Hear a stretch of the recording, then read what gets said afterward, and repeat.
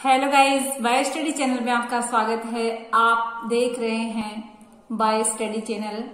आज हम इस वीडियो में आपके लिए लाए हैं बायोलॉजी कक्षा 12 का अध्याय 3 मानव जनन के पार्ट 6 में आज हम स्टडी करने वाले हैं आर्तव चक्र क्या होता है, निषेचन और अंतरारोपण क्या होता है, प्रेगनेंसी और एम्ब्रियो डेवलपमेंट यानी सगर्भता और भ्रूण परिवर्धन क्या होता है, प्रसव और दुग्ध श्रवण का मतलब क्या है। तो गाइस देखते रहिए। चैनल को सब्सक्राइब नहीं किया है तो चैनल को सब्सक्राइब कर दे। आपके सामने है ये जो एक पिक जो सामने क्लियर हो रही है, इसमें आर्तव चक्र की कंडीशंस दिखाई हुई है कि ह्यूमन बॉडी में किस तरह से आर्तव चक्र की कंडीशंस क्लियर होती है। तो गाइस देखिए, जो घटनाएं शरीर में घटती है, आर्तव चक्र होता क्या है, किस तरह से ये आर्तव चक्र में हमारे शरीर के बॉडी पार्ट्स में चेंजेस होते हैं, गर्भाशय में क्या चेंजेस होते हैं, और जो ओवरी है अंडाशय, इसमें क्या चेंजेस होते हैं, ये आप समझिए बहुत अच्छी तरीके से। सबसे पहले आर्तव चक्र होता है क्या, आप इस पिक में बहुत सारी बातें समझेंगे। आर्तव चक्र होता है स्तनधारी वर्ग के जो गण प्राइमेटा है, इसके सदस्य है जैसे कि बंदर, कपी, मनुष्य। इनकी मादाओं का जनन चक्र जो होता है ये होता है आर्तव चक्र, यानी कि जो फीमेल्स होती है इनका रिप्रोडक्टिव साइकिल जो होता है ये आर्तव चक्र कहलाता है। यानी क्या क्या चेंजेस इस साइकिल में होंगे और कौन कौन सी अवस्थाएं इसमें आएगी। जैसे कि आप इस डायग्राम में देख रहे हो, ये वाला भाग है, ये है गर्भाशय में होने वाले जितने भी परिवर्तन है पूरे मंथ में 28 दिन में, वो गर्भाशयी घटनाओं के नाम से जाने जाएंगे। करीब 28 से 29 दिनों के बाद ये चक्र दोहराया जाता है, आर्तव चक्र, जो कि फीमेल्स में स्तनधारी वर्ग के प्राइमेटा गण के सदस्यों में मादाओं में रिप्रोडक्टिव साइकिल के नाम से जाना जाता है। अंडाशय हार्मोन्स में परिवर्तन होता है, जैसा कि एस्ट्रोजन, प्रोजेस्टेरोन आप देख रहे हो। इसी तरह से अंडाशय में जो घटनाएं होती है, फॉलिकल्स का बनना, फॉलिकुलर फेज होती है, ये पुटिकीय प्रावस्था हम इसको कहते हैं, जिसमें ओवम का फॉर्मेशन होता है। और यदि ओवम निषेचित नहीं होता है तो ओव्यूलेशन के बाद इसकी पी प्रावस्था आती है। तो इस तरह से अंडाशय की घटनाएं होती है ये। और इसके अलावा इनका जो कंट्रोल हो रहा है वो पीयूष ग्रंथि से स्रावित हार्मोन्स के द्वारा हो रहा है। और एलएच और एफएसएच जो हार्मोन्स सिक्रेट होते हैं, इनमें ओवम या ओव्यूलेशन में इनका क्या योगदान है, ये पीयूष हार्मोन स्तर को भी इसमें शो किया जा रहा है। तो गाइस ये पिक आपको बहुत सारी चीजें समझाएंगी।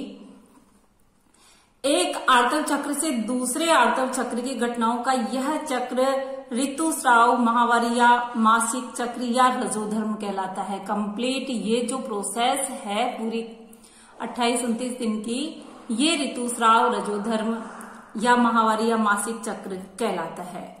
प्रथम आर्तव चक्र किशोर अवस्था में प्रारंभ होता है गाइस, किशोर अवस्था से स्टार्ट होता है, तब इसको कहते हैं प्रथम जब कंडीशन आती है तो इसको कहते हैं रजोदर्शन या मेनार्क। अब बात आती है कि ये क्यों होता है, यानी कि आर्तव चक्र की कंडीशंस क्यों आती है। गाइस ध्यान रखिएगा कि स्त्रियों में प्रतिमाह एक अंड का निर्माण होता है, ओवम का फॉर्मेशन होता है हर महीने। यह अंड कोशिका ओव्यूलेशन के पश्चात अंडवाहिनी में निषेचित होती है। इस दौरान प्रोजेस्टेरोन हार्मोन का स्राव होता है तो गर्भावस्था आती है।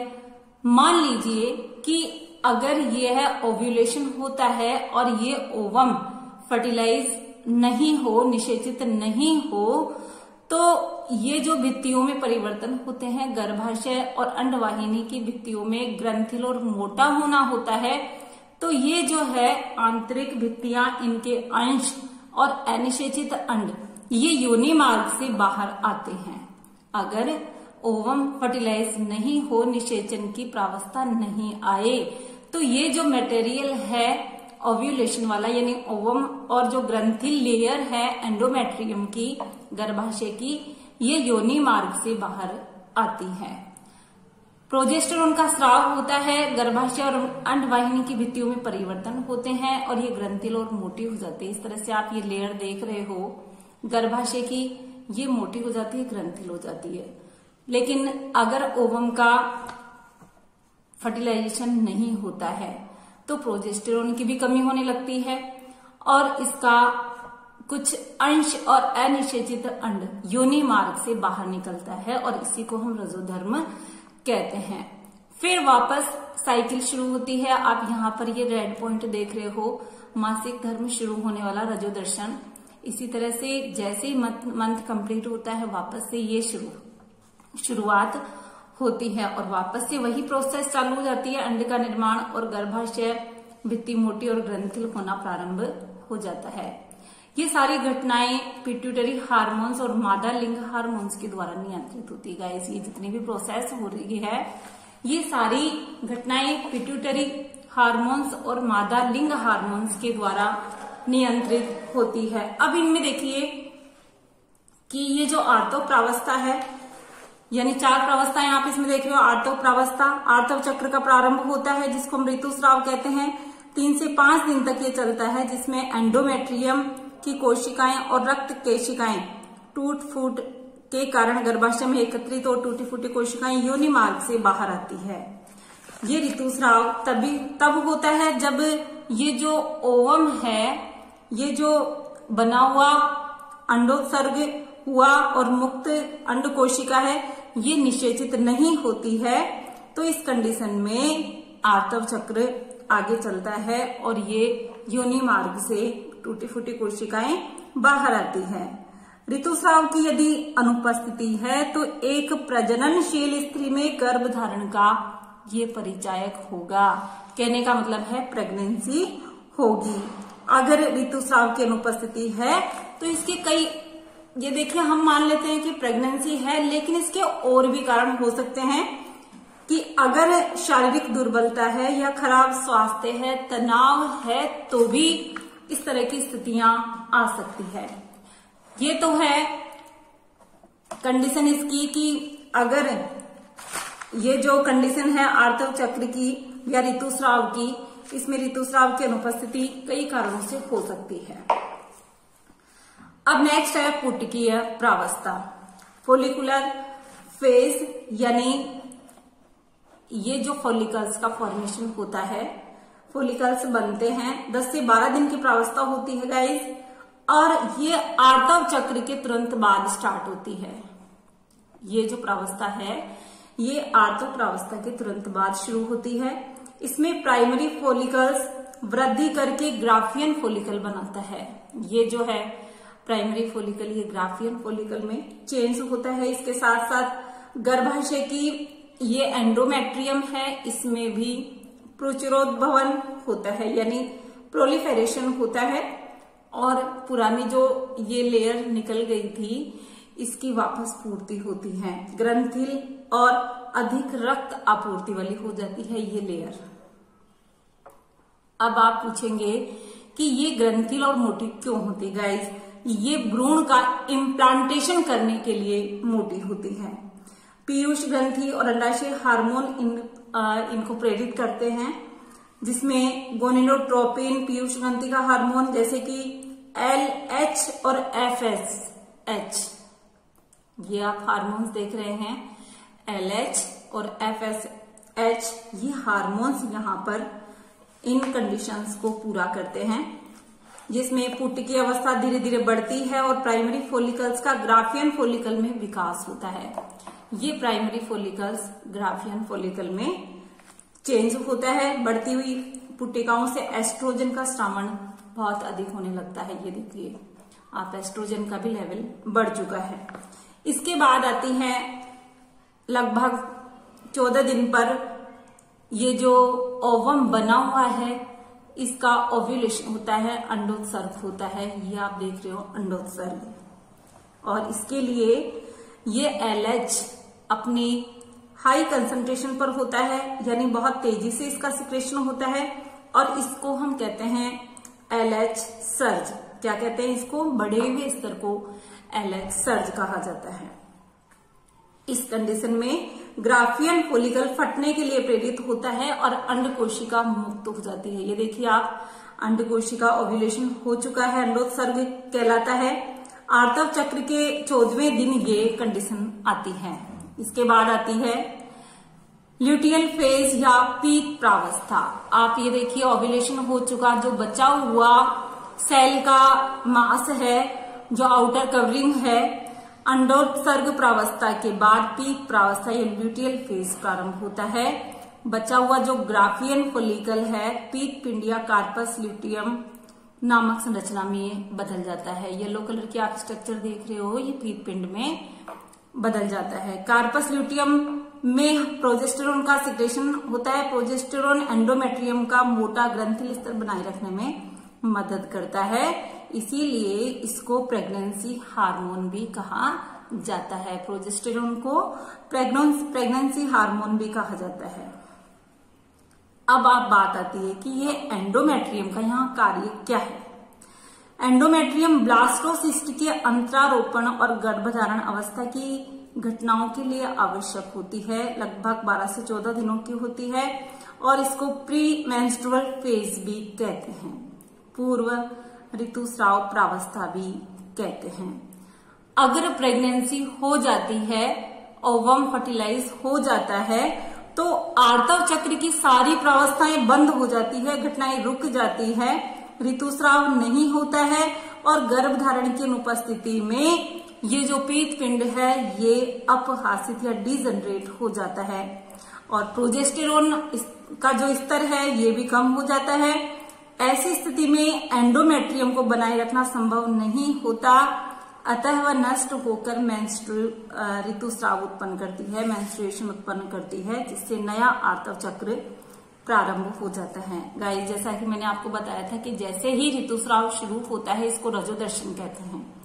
लगभग 50 वर्ष की अवस्था आते आते ये जो आर्तव चक्र है, ये साइकिल है, ये खत्म हो जाती है और इसको रजोधर्म सामान्य अवस्था या इसको रजोनिवृत्ति मेनोपॉज कहते हैं। रजोदर्शन से रजोवृत्ति निवृत्ति की अवस्था में चक्रीय रजोधर्म सामान्य अवस्था का द्योतक है। अब हम वापस आर्तव चक्र को एक बार रिटर्न मैटर में क्लियर करेंगे। आर्तव चक्र आपको लिखना भी है कि मादा प्राइमेट्स जैसे कि बंदर, कपी, मनुष्य, इनमें जो जनन चक्र होता है ये मेंस्ट्रुअल साइकिल कहलाता है। माहवारी या मासिक धर्म भी इसको कहते हैं। प्रथम ऋतुस्राव या मेंस्ट्रुअल की शुरुआत यौनारंभ पर होती है। जैसा कि पिछले वीडियो में मैंने आपको बताया था, इसको रजोदर्शन कहते हैं।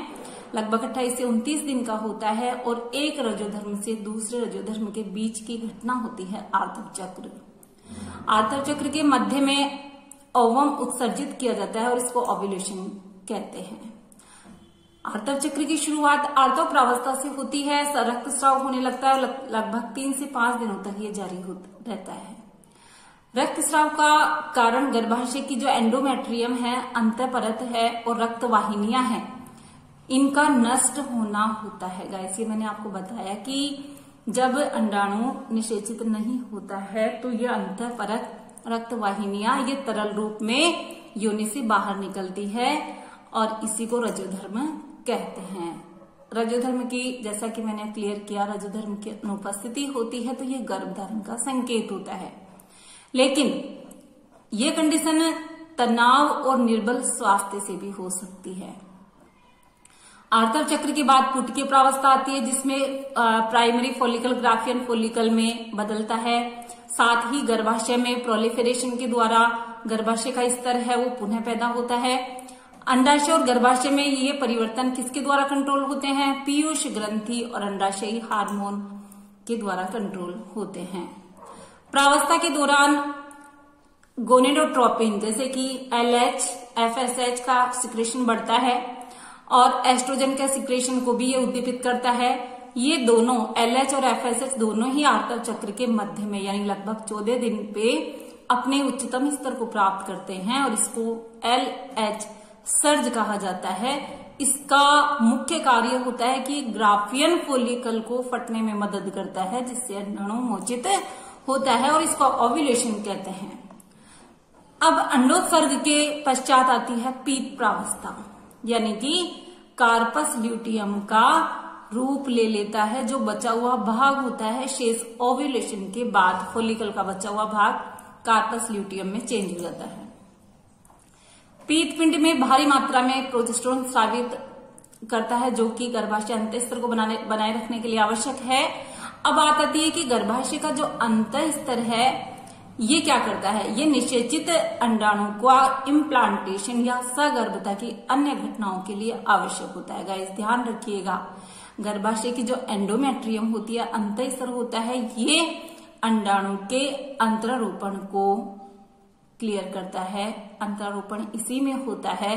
सगर्भता की घटनाएं भी यहाँ पर कंप्लीट होती है। प्रेगनेंसी के दौरान आर्तव चक्र की सभी घटनाएं बंद हो जाती है अगर प्रेगनेंसी हो जाती है, इसलिए इस समय रजोधर्म नहीं होता। जब निषेचन नहीं होता है तो पीत पिंड में ह्रास होता है और अंतःस्तर का विखंडन होता है, जिससे फिर से रजोधर्म का नया चक्र शुरू हो जाता है, यानी माहवारी पुनः शुरू हो जाती है। स्त्रियों में लगभग 50 वर्ष की आयु में ये बंद हो जाता है। इसको रजोनिवृत्ति या मीनोपॉज कहा जाता है। रजोदर्शन से रजोनिवृत्ति की अवस्था में चक्रीय रजोधर्म सामान्य जनन अवधि का सूचक होता है। नेक्स्ट आपका टॉपिक निषेचन और अंतरारोपण। स्त्री और पुरुष में मैथुन क्रिया से शिश्न द्वारा शुक्राणु का स्त्री की योनि में छोड़ा जाना या वीर्य सेचन होता है, जिससे गतिशील शुक्राणु तेजी से तैरते हुए गर्भाशय ग्रीवा से होकर गर्भाशय में प्रवेश करते हैं और अंडवाहिनी नली के जो स्तमस वाला रीजन है और तुम्बिका है, इसके संधि स्थल पर पहुंचते हैं। इस बीच अंडाणु द्वारा मोचित अंडाशय द्वारा मोचित अंडाणु भी इसी संधि स्थल पर पहुंच जाता है, जहां निषेचन की क्रिया संपन्न होती है, यानी शुक्राणु और अंडाणु का मिलन यहाँ होता है। निषेचन तभी हो सकता है जब अंडाणु और शुक्राणु दोनों इस रीजन में पहुंचे। कौन से में? तुम्बिका और स्तमस यानी संकीर्ण पथ के संधि स्थल पर पहुंच जाए, जिससे कि फर्टिलाइजेशन की क्रिया संपन्न हो।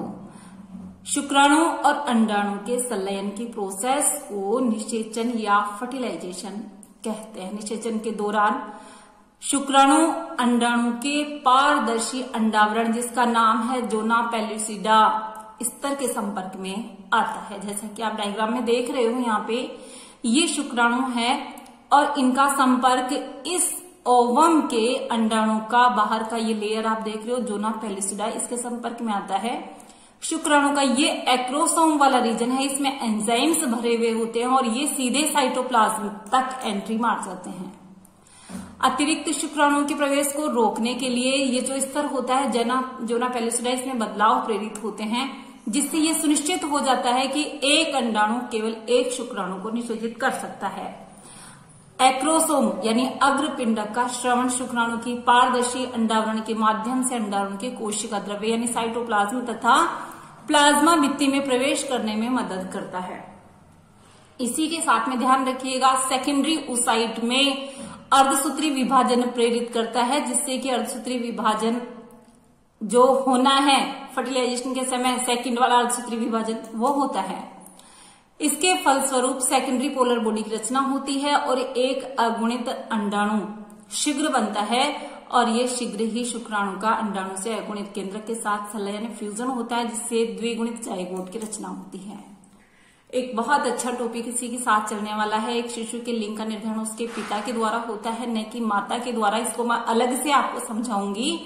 गाइस ध्यान रखिएगा, समसूत्री विभाजन जाइगोट का फॉर्मेशन हुआ, विदलन या क्लीवेज की शुरुआत तब हो जाती है जबकि युग्मनज अंडवाहिनी के स्तमस से गर्भाशय की ओर बढ़ता है, यानी फर्टिलाइजेशन की क्रिया पूरी हुई और इस स्तमस से गर्भाशय की तरफ ये बढ़ना चालू करता है। इस स्ट्रक्चर में आप देखिए कि इसमें ये जो आप स्ट्रक्चर्स देख रहे हो, इसमें क्लीवेज चालू हो चुका है, यानी बारंबार विभाजन हो रहा है, लेकिन इसका साइज एज इट इज है, साइज में कोई चेंजेस नहीं है।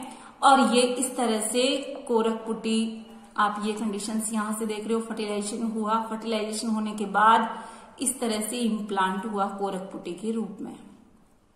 इसके पहले 16 कोशिकीय जो अवस्था है ये तूतक या मोरूला कहलाती है।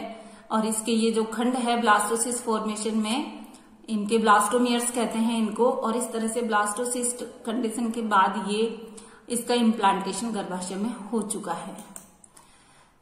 2, 4, 8 और 16 संतति कोशिकाएं जिसमें कोरक खंड ब्लास्टोमियर्स जिनको कहते हैं इसकी रचना करता है। 8 से 16 कोरक खंडों वाला भ्रूण तूतक कहलाता है। यह तूतक लगातार विभाजित होता रहता है, जैसा कि गर्भाशय की ओर बढ़ता है ब्लास्टोसिस्ट के रूप में परिवर्तित हो जाता है। और इसके बाहर जो लेयर है वो ट्रोफोब्लास्ट कहलाती है। अंदर वाला भाग इनर सेल मास कहलाता है। पोष कोरक यानी बाहरी जो स्तर है ये गर्भाशय के अंदर वाले स्तर से संलग्न हो जाता है और ये जो भ्रूण के रूप में अलग अलग या विभेदित हो जाता है। अंतरकोशिका समूह संलग्न होने के बाद इसमें तेजी से कोशिकाएं विभाजित होती है जो कोरक पुटी या ब्लास्टोसिस्ट को आवृत कर लेती है। और यहाँ पर ये जो कोरक पुटी है गर्भाशय में एम्बेडेड हो जाती है। इसको इम्प्लांटेशन कहते हैं, इसी को प्रेगनेंसी कहते हैं। और जैसे ही अंतरारोपण होता है इसमें अंगुली जैसी रचनाएं निकलती है जिसको कोरियोनिक विलाई कहते हैं। इसके बाद मात्र रक्त से यह आच्छादित होता है भ्रूण और अंतरांगुली युक्त इंटरडिजिटेटेड ऊतक एक जो है इसके चारों तरफ हो जाते हैं। संयुक्त रूप से परिवर्तनशील भ्रूण और मातृ शरीर के साथ एक संरचनात्मक और क्रियात्मक इकाई गठित हो जाती है जिसको प्लेसेंटा कहते हैं।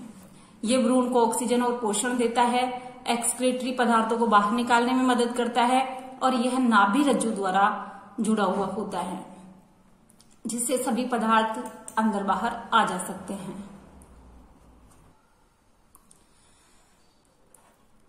ये जो अपरा होता है यह अंतःस्रावी ऊतकों का भी कार्य करता है और कई मानव अपरा लैक्टोजन, एस्ट्रोजन, प्रोजेस्टेरोन इनका उत्पादन करता है। इसी के साथ में प्रेगनेंसी जब कंप्लीट होने को होती है तो एक रिलैक्सिन नामक हार्मोन भी स्रावित होता है। सगर्भता की स्थिति में ही कई हार्मोन उत्पादित होते हैं। कई ऐसे हार्मोन होते हैं जो कि केवल प्रेगनेंसी में उत्पादित होते हैं जैसे कि HCG, HPL, रिलैक्सिन। इसके अलावा कई हार्मोन्स ऐसे होते हैं जो कि बॉडी में होते हैं और उनकी मात्रा बहुत ज्यादा बढ़ जाती है प्रेगनेंसी के दौरान, जैसे कि एस्ट्रोजन, प्रोजेस्टेरोन। इस तरह से इम्प्लांटेशन के तुरंत बाद भ्रूण में एक्टोडर्म का विकास होना, एंडोडर्म का विकास होना, मेसोडर्म का विकास होता है और इनसे बॉडी के ऑर्गन्स बनते हैं। अंदर जो ऊतक होते हैं कुछ कोशिका समूह निश्चित तरह की कोशिकाएं होती है जिनको स्टेम सेल्स कहते हैं, ये समाहित होती है और ये अंगों और ऊतकों को उत्पन्न करती है। लगभग 1 महीने में भ्रूण का हृदय बन जाता है और पहला संकेत स्टेथोस्कोप से हृदय की धड़कनों को ध्यानपूर्वक सुना जा सकता है। 12वें सप्ताह में लगभग सभी अंग तंत्रों की रचना हो जाती है। मानव में सगर्भता की अवधि लगभग 9.5 माह होती है, जेस्टेशन पीरियड इसको कहते हैं। और संकुचन से गर्भ बाहर आता है सगर्भता के अंत में, इसको प्रसव कहते हैं और ये न्यूरो एंडोक्राइन क्रियाविधि द्वारा प्रेरित होता है। माइल्ड संकुचन से गर्भ फीटल इंजेक्शन रिफ्लेक्स पैदा होते हैं और पीयूष ग्रंथि से ऑक्सीटोसिन की क्रिया को सक्रिय बनाती है। ऑक्सीटोसिन गर्भाशय पेशी पर कार्य करता है जिससे गर्भाशय संकुचन होने लगते हैं। ऑक्सीटोसिन के अधिक स्रवण को उत्तेजित करता है। गर्भाशय संकुचन और ऑक्सीटोसिन स्राव के बीच उद्दीपक प्रतिवर्त के कारण संकुचन तेज हो जाते हैं और जनन नाल के द्वारा गर्भाशय बाहर आता है और इसी को कहते हैं प्रसव क्रिया। इसी के साथ में स्तन ग्रंथियों में भी परिवर्तन होता है और सगर्भता के अंत में दूध उत्पन्न होने लगता है, इसको लैक्टेशन कहते हैं, जिससे मां को अपने नवजात शिशु की आहार पूर्ति करने में मदद मिलती है। प्रथम जो दूध निकलता है, आरंभिक कुछ दिनों का तक जो दूध निकलता है, इसको प्रथम स्तन्य दूध या खीस या कोलेस्ट्रम कहते हैं। इसमें एंटीबॉडीज होती है जो नवजात शिशु को प्रतिरोधी क्षमता उत्पन्न करने के लिए आवश्यक होता है। इसीलिए कुछ माह तक शिशु को स्तनपान कराने की डॉक्टर सलाह देते हैं। Okay guys, thanks for watching. Channel को सब्सक्राइब नहीं किया है तो सब्सक्राइब कर दीजिए।